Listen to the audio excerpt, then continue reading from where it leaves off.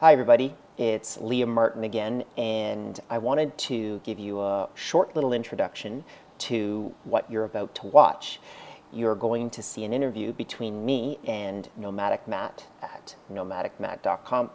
And Matt is a guy who travels the world and has a remote team that helps him keep his blog up to date, handles his server issues on his website, and generally just helps him run his life. He actually just recently wrote a book that I have now gotten all the way through, which has been really great, and he's been doing the entire book launch remotely. So he's actually going to be talking from a hostel, which is why you'll probably see people walking behind him and a little bit of sound in the background. But it was a great interview, great information that he's giving out for anybody that really wants to work remotely and also have a managed team.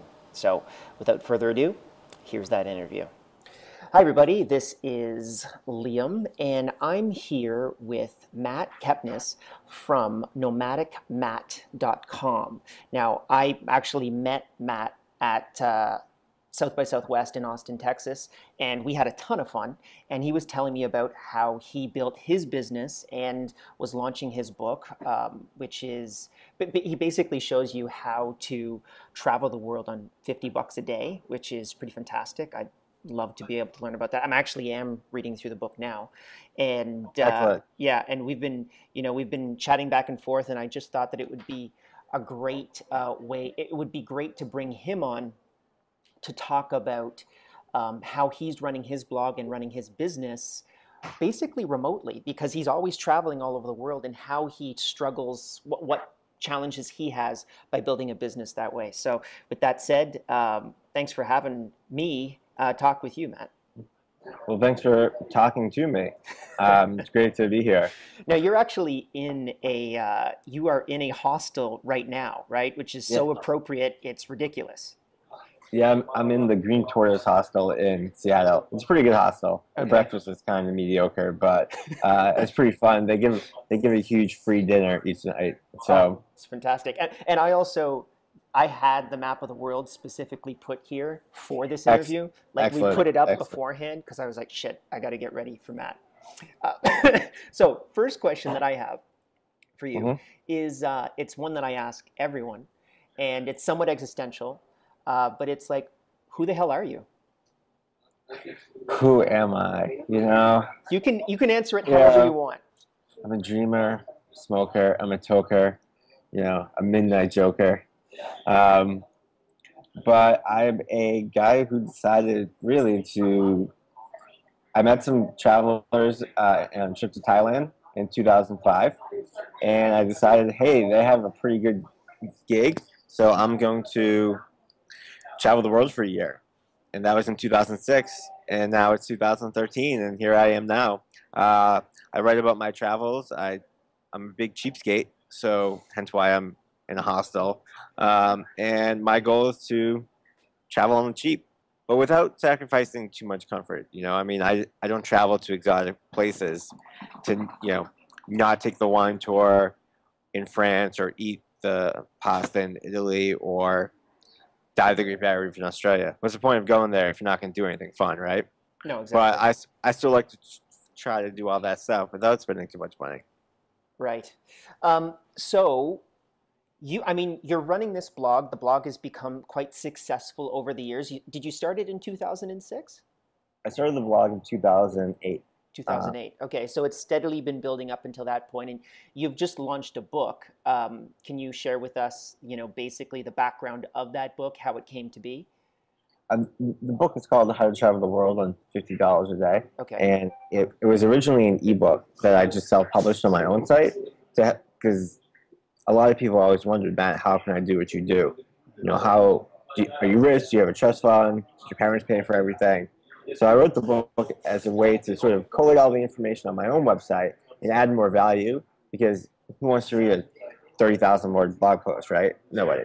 And then Penguin Books came across it somehow, and they said, do you want to turn it into a print book? And so I said, yeah, definitely. And here we are. It came out February 5th this year, and sales have been good so far. Okay, so I mean, I'll link down below to the actual book itself so that you guys can check it out. I highly suggest you just take a look. I have been going through it, and I'm about a quarter of the way through right now, because again, I'm pretty busy with all the other stuff that I'm doing. It But takes it's a me very ages to read the interesting book. book, and to be honest with you, like I've read a lot of Chris Guillebeau's stuff. I've read a Yeah, lot of other travel blogger stuff. I'm really good friends with Benny Lewis, who is a crazy yeah. blogger and you I know was just talking to linguist. Benny right before this call. Oh, okay, cool. So, Yeah, I mean, Benny's fantastic. Chris Guillebeau is great as well. I don't know him as well, but I did really glean some interesting insights from the book, and I'm sure I'm going to get a lot more once I finish up. So, for yeah, anybody who's just a little, maybe they're just starting, or maybe they're a pro, I think there's something there for everybody. yeah. This book is much more of a practical how-to guide. Mm. Chris, talks sort of meta, gets it's very general, like inspirational, where this is like very practical. It's how do you get that cheap flight, what travel insurance to get, it's how do you get from point A to point B. It's not about inspiring you to go, it's telling you how to do it. Well, So so in that sense, it's very different. what I really want to touch on, which interested me, and I think will interest a lot of the people that are going to watch this video that I'm going to introduce this interview to, Hmm. is business and blogging, right? So like you're going all around the world, and you're running, in essence, your business, which is your blog. How Yeah. do you run the blog and travel at the same time? As in, like, what kind of unique challenges do you think that you face that a regular blogger wouldn't necessarily face? It's, there's a catch-22 when it comes to being a travel blogger. In order to have content, I must travel. And in order to blog, I must stop traveling, right? I mean, because Oh yeah, that's an so interesting, yeah, interesting issue that because you have. if I'm out all day, um, sightseeing and traveling, I don't have time to blog. But if I don't travel, I don't have any content for my website. So it becomes a problem. And it's a very difficult one. And you learn to become a real big productivity ninja in a way because you have to be. I didn't, come to a destination in order to essentially sit in front of my computer all day. So you really have to create a very specific day, like from the hours of 8 to 10, I will do this, and then I will go outside, and then I will come back and I will do this, and then I'll go out. I use the app Self Control. It's a program for your computer that basically shuts off all the websites that distract the heck out of me, Hmm. so I can really focus. Um, uh, so you can hear people in the background. I love That's it. another. No, that's exactly what I That's wanted. become that becomes another distraction because when you stay at hostels, I mean, I love staying at hostels because you always meet so many great people. But it's always somebody's first day. It's always somebody's last day. They're always organizing events. So there's a million things you can do in that city that distract you from doing work. And Instead of so, talking with me, you could have been off on that city tour right now. yeah, luckily I've already taken the city tour. But, exactly, instead of staying at home figuring out, multivariance conversion stuff, I could be out getting drunk. And so you really have to develop a tight schedule. Programs like self control really help limit the time I spend on sites like Facebook, or end up in like some sort of weird Wikipedia, YouTube hole. Like 3 hours have gone by and I've done nothing. You know, um, and I schedule one work day for about every 4 or 5 days of pure travel. Hmm. That way, so if I'm just traveling a lot, I'll always check my email. I really won't get anything else done. And so then I'll just have one day where I'm like, all right, I'm just going to sit in the hostel and do work all day. And then that sort of will catch me up, and then I can keep that pattern going. Because, yeah, I mean, there's always an excuse to be out when you're traveling. Right. So, with regards to the business component of it, and that's a very interesting insight that you had with regards to, a travel blogger must travel to blog, but then they must stop to blog, Yeah. right? Yeah. So you're always, I feel like it's almost like a start and stop, and you're never really not working. Like even when you're traveling, you're technically working because you're developing product for your blog at the end of the Yeah. day. So Yeah. with you guys, or sorry, with you, and I'm guessing that it's basically you that's running the entire blog. Like, do you have a support staff that helps you, or is it just you? Uh, well, there's me, and Okay. then I have a part-time assistant who I'm bring looking to bring on more full-time. But I like to, I need some more revenue to support. Right. Yeah, that. I also have a techie and a designer that help manage all that stuff. And I'm speaking to someone tomorrow about doing more conversion stuff, so I might bring them on. But it's pretty much mostly me. My assistant really takes care of sort of the little things. Once you get a lot of content up, there's very little to do after the fact. But it's generating that initial content that becomes problematic.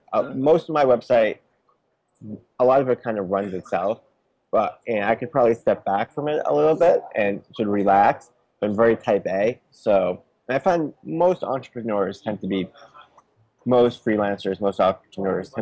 type A, workaholic go-getters. So I'm always creating new products and new projects and thinking about great things to do. So I'm always working that way. Right. Yeah, I mean, I know I'm exactly the same way. I'm never necessarily happy with anything, which is I think why some people move up and other people that are just sort of staying steady eventually drop off because they're not Yeah. constantly pushing that barrier. But it sounds like you're running a you're running a very small remote team. Not a really small. I mean, you've got 3 people that Yeah. are working together. So project management must become somewhat of a challenge when, let's say, you're putting together a new product. Well, you need logos done, and you need graphics done, and then you also need your back end development done, and then you need your assistant to be able to make sure that she's paying attention to customer service tickets that are coming in, and all these types of things. And then you are basically doing this as you're traveling around the world. Yeah. What kind of tools do you use to be able to manage that process for your staff? Yeah. Luckily, the woman who does my logos also does all the graphics for everything. So she takes care of all the art. Okay. She does all the PDF files. She does the designs of my website. She helps with the I want the sales pages to look like this. She gets it all there, and then she works with the coder to do that together on the beta site, and then Right. I review it. And so they work together sort of independently without me until Okay. I give it to them with explicit instructions, and I say, okay, this is what I want, and they come back and say, okay, we finished it. What do you think? I take care of most of the customer service tickets because I really don't have many, and I like to keep that personal touch. But my assistant, she will specifically, send out follow-ups. Hey, this product's been updated. She will go send that out. Handle all the refunds and such like that. And so I work a lot with them on email, Google Hangout, and Skype chats. Email, Yeah. Google Hangout, and Skype chats. I've recently discovered Google Hangout, and it's fantastic. We actually run all of our division meetings like that. Yeah. There's no product out there that really allows you to have Yeah. that type of a free, basically like virtual meeting for Yes. for free. Exactly. And I do a blogging course, and it's 10 people every quarter. And so part of that blogging course involves like class meetups, and we use Google Hangout for that. And it's just, everyone gets to meet each other. They kind of have a flowing conversation, and it's very helpful. Okay. I mean, the next question that I have is, it looks like you've had a lot of success in managing both your business and running this remote team. Any crazy stories? Any like huge explosions that happened? I know every time I interview somebody who's running a remote team or running a remote business, they always have like 1 or 2 huge screw ups that happened. And I don't know if that's going to be you. It seems like you've got a lot of your shit together, but is there anything that's jumping Oh, out I at guess you? I'm sorry. Okay, cool. I'd love to. I'd love to Yeah, hear you them. know, we're mutual friends with Manish Sadie, right? Yeah. And Manish always jokes about how like if I stop traveling, I could get it. I could grow my business more. But then I think I could do this, or I can go party with those hot Swedish girls, right? So I mean, when you're traveling, there's sometimes you're like, well, there's lots of distractions, but you know what? Screw the business. I'm gonna go out. So that kind of drains some of the productivity. But crazy stories. My first real big break was in the end of 2009. I got interviewed for the New York Times, and I had HostGator, and I said I knew this was going to send a lot of traffic, so I asked them beforehand, and they said, yeah, just install these caching plugins. It should be fine. That was on a shared server, and once you hit a bandwidth, they slow you down and stop you from ruining the server. Well, I woke up to a lovely email from the New York Times saying your website's down. Oh So, God. so despite the caching plugin, my website was down, and it took about a day for them to do an emergency move to a dedicated server. And since then, I've been on my own server. We'll never leave my own server. But yeah, for about a whole day, all I had was a little message that they put like a static page saying, sorry, I can't handle the traffic. Please subscribe to my website, for future content. And yeah, I lost out on tens and thousands of visitors. Another time, so that was like ever since I've been on a shared server. But then a few months later, that I had forgot. This is my fault. I forgot to change the registration from the shared server to the dedicated. So when my website came up for renewal, it didn't make the switch. So forgot. I don't know. It was some weird thing. HostGator tried to explain it to me, but it would take a day for the DNS to propagate. Yeah. And I was running a major contest at that time, Oh man, that sucks. and I had let it go on autopilot, and then I had went cruising around the Whitsunday Islands in Australia, and I had no access to the internet. So my phone picked up a signal while we were near one of the main islands, and my phone exploded. Direct messages, tweets, emails, your website's down. How can we vote on this contact stuff? How can we send people, because there was a social component to it. Called HostGator. Yeah, we just have to wait for the DNS to, re-propagate. Well, how long is that going to take? How long is this going to take? It could be today.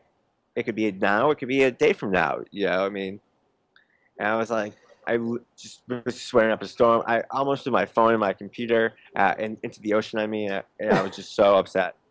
And I was for the last day and a half of the cruise, I was just in such a rotten mood because I had no idea what was going on.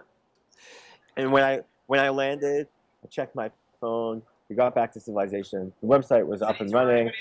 Everything was okay, but the worst.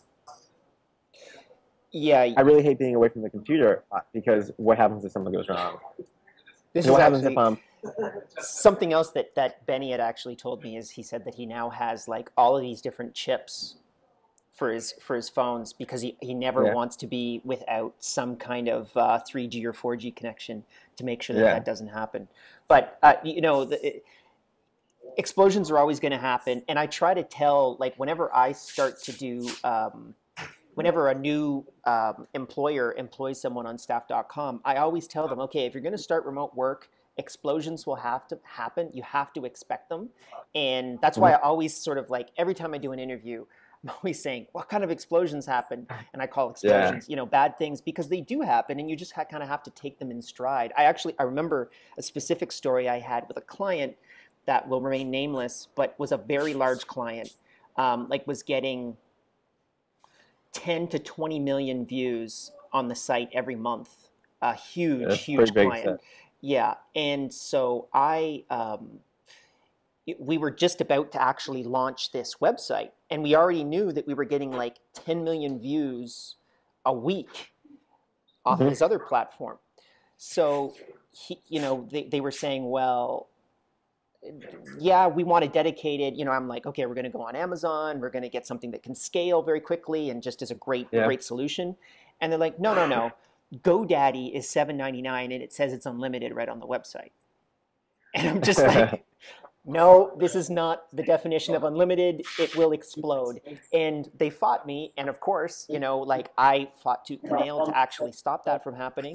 The site went up on GoDaddy and it lasted maybe 2.5 minutes before the whole thing just crashed. And we had to upgrade to the highest version that GoDaddy possibly could have. So, I mean, explosions will always happen, but also to just pay attention to the experts. That's the other big critical piece as well. I have way more server capacity than I will probably need at my level. Yep.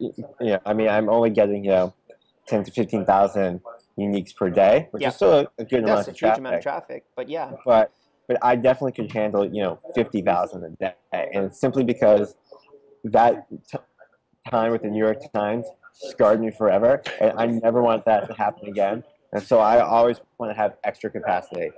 I mean, I believe that you were with me when just in case. I believe you were with me in Austin when you met me, and Manish, and you were there, and Manish was like, "Hey, I've got something that'll fix you right up. Here, take this pill." Do you remember? Were you there for that? Yeah. It's just Manish is also a very interesting character. I should probably talk to him about remote work and all that kind of stuff.